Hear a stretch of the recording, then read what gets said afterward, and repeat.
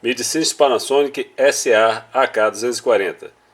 Este aparelho chegou à minha oficina com o código F61, padrão deste aparelho. Fiz a avaliação de todos os periféricos dele, tape destravado, CD destravado, então fui partir para a etapa de áudio, onde observei que a placa já havia sido mexida, tá, na parte da saída de som.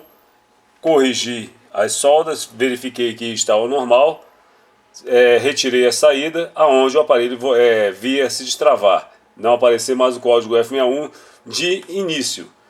Por persistência com a saída deslocada, fiz várias ligações e o aparelho apresentou o código F61, depois apresentava o normal, ligar.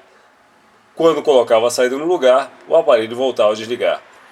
Fiz várias avaliações de diodos, transistores próximos SMD. Fiz todos os componentes próximos à saída para verificar se havia algum componente em fuga ou curto, tanto da etapa comum como SMD, e todos estavam normais. Tá? Verifiquei também a linha de alimentação. Conforme o aparelho sem a saída eu tinha ele normal ligado, verificava que todas as tensões estavam normais, constatando que a fonte principal estava ok. Então voltei para a placa onde estava instalada a saída de áudio. Fiz todas as avaliações possíveis, chegando a recorrer, obviamente, quando você não tem mais nenhum recurso de análise, você recorre à internet, aonde eu peguei e observei vários tutoriais me informando todos os procedimentos que eu já havia feito. Então retornei de novo, fiz as avaliações, diante desse diagnóstico constatei que todos os componentes estavam normais, aonde agora seria a base de avaliação do que poderia estar anulando esse funcionamento. Consta que ele tem uma tensão de 5 volts, 5,7, 4,9, aonde essas tensões têm que existir. Com o aparelho sem a saída de áudio, essa tensão acontecia. Com a saída de áudio, como havia um desligamento automático, eu fiz o teste com o tipo digital, coloquei na posição on, ligava, media uma tensão, conforme ele desligava, e ia seguindo as tensões até ele num posicionamento onde 5,7 na realidade e as tensões de 5 volts não estavam chegando. Fiz a constatação de qual componente que poderia fazer esse efeito. Então eu peguei e fiz um diagnóstico da placa e cheguei a este componente aqui. O 5115 é um regulador de tensão, mas não um transistor regulador de tensão. E sim, ele faz a regulagem de uma tensão até 5,7 volts. Todos os componentes em sua volta estavam normais. Apenas ele que constatei que estava em curto entre o coletor e a base. Este é o componente que estava danificado, tá? Ele é um transistor onde está fazendo a função de regulagem. Pelo código dele, podemos identificá-lo como 2SC, WC, HC. Entre 2SC, não consegui localizar o datasheet dele. Como a HC, consegui localizar o datasheet dele. Nesse código do seu próprio datasheet, diz que é um componente, um transistor NPN, as convenções, uso geral, tá? Mas só que os terminais dele não bateriam com a configuração que estava no datasheet, que seria emissor à esquerda, coletor central e base à direita. Tudo bem, fiz a aferição dele, aonde esse componente não batia com essa configuração. A base dele estava central, o emissor à direita e o coletor à esquerda. Mas como o coletor e a base estavam em curto, então na realidade eu só fiz um diagnóstico através de medidas mais pequenas, como a escala X1. Pronto.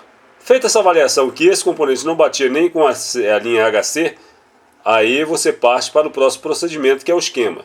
No esquema, onde ele está na posição de 5115, você vai verificar que, deixa eu posicionar ele aqui, na posição de 5115, o coletor dele bate num resistor, e esse resistor é um resistor de 12 ohms.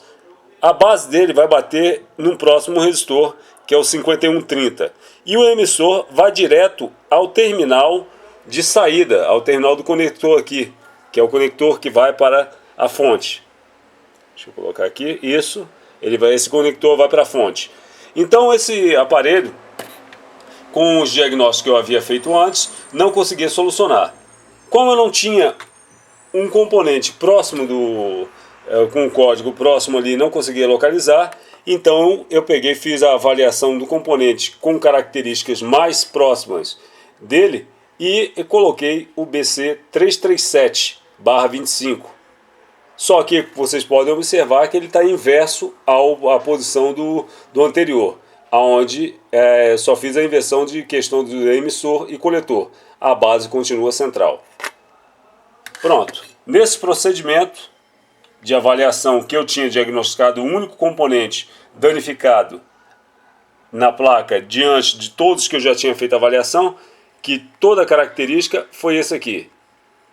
Diante da avaliação, eu cheguei à conclusão que não havia mais nenhum componente, por enquanto, para fazer testes. Agora, vamos ao procedimento de ligar o aparelho. Agora vocês estão vendo o aparelho em pleno funcionamento.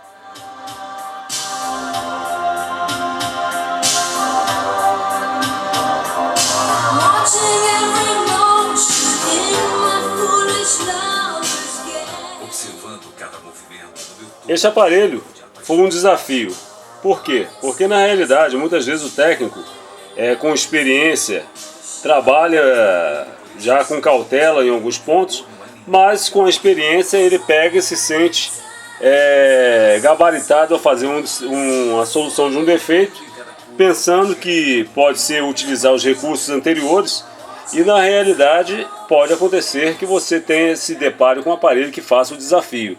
E engraçado, por incrível que pareça, esse aparelho foi desafiador para mim.